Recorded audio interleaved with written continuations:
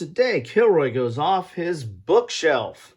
I'm going to be covering war game type books. Actually, these are more of a war game choose your own adventure type books that I thought were kind of interesting off my bookshelf. First one I have is Yours the Reason Why, Decisions in Battle by William Seymour. This covers 10 battles and campaigns throughout history, and is not so much a choose your own adventure as is just a telling of history. You're going to have a background here like battles of Hastings and give you the history and the situation. Then you're going to make a decision. It gives you a choice of two things, but then it just tells you what happens. It doesn't like branch off or go into a different story arc and you're going to have the consequences of your decision. It basically just tells you what happens. Then it's going to continue on with the history, and then you're going to have a decision and it tells you what happens. But some of the decisions are pretty interesting as you get in here. There's some maps that you're going to be looking at.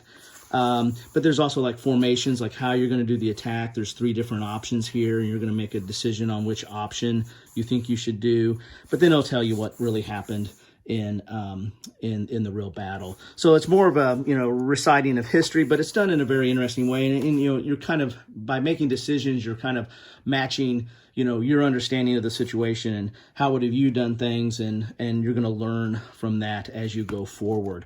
The next one I have in here is actually 2, Battleground General El Alamein, 1942, which covers North Africa, and Battleground Arnhem, 1944, which covers Operation Market Garden. And these are closer to straight up choose your own adventure type books, if you guys are familiar with that. It's going to give you a situation. This is El Alamein, so it's going to tell you what your objectives are, and then you're going to start with the first decision point, read the background, and then make a decision. And it'll tell you to go to here to 45 or here to 132. Then you have these bands on here, and you'll turn to it, read what's going on there, and that will branch you off into a different decision, and you'll just keep going. So this one does have some effect of, your decisions have some effect that as you make decisions, you're going to go into different situations or different paths, and it's going to have an effect on how your experience in this campaign or battle ends up. And so, again, El Alamein and Arnhem are the 2 I have for there. This next series I have is from this John Antol. This one was done like in 91, and the third one I have was done in 98, so they kind of span the 90s.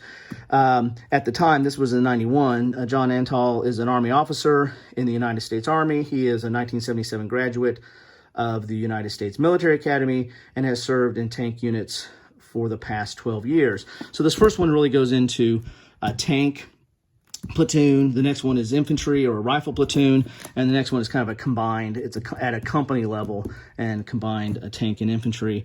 And these are a little bit different in that these go into a lot more detail in giving you information to help make your decision, and they're written in a narrative form. I mean, you're reading a story. God, it's hot. Second Lieutenant Sam Yeager grumbled out loud. And you're going to read through this story, and then at certain points, there's a lot of map reading because there's a lot of processing of information and trying to make decisions based on that information.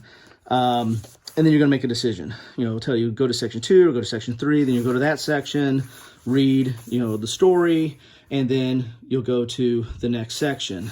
So there are some decisions in here. But this is, again, more of a, narrative and giving you information and putting you kind of in the shoes of in this case, a tank platoon commander, and making decisions based on that. Look, over 300 pages, so a lot there. This does the same thing for infantry combat, and this one does for like at a company level. But there's a lot more information in here. There's also some conditional type decisions, and sometimes you roll dice, so your decision is not necessarily set on an A or B, or you're going to roll the dice and see which way you go with it. So there's some randomness put into it. I guess that goes for not replayability, but rereadability, I guess. I don't know. But so there's all kinds of, this one has, I think, more decisions based in it, and there are quite a lot in these books. And so these put you into a military situation, and you're making decisions, and I thought that would be interesting to look at.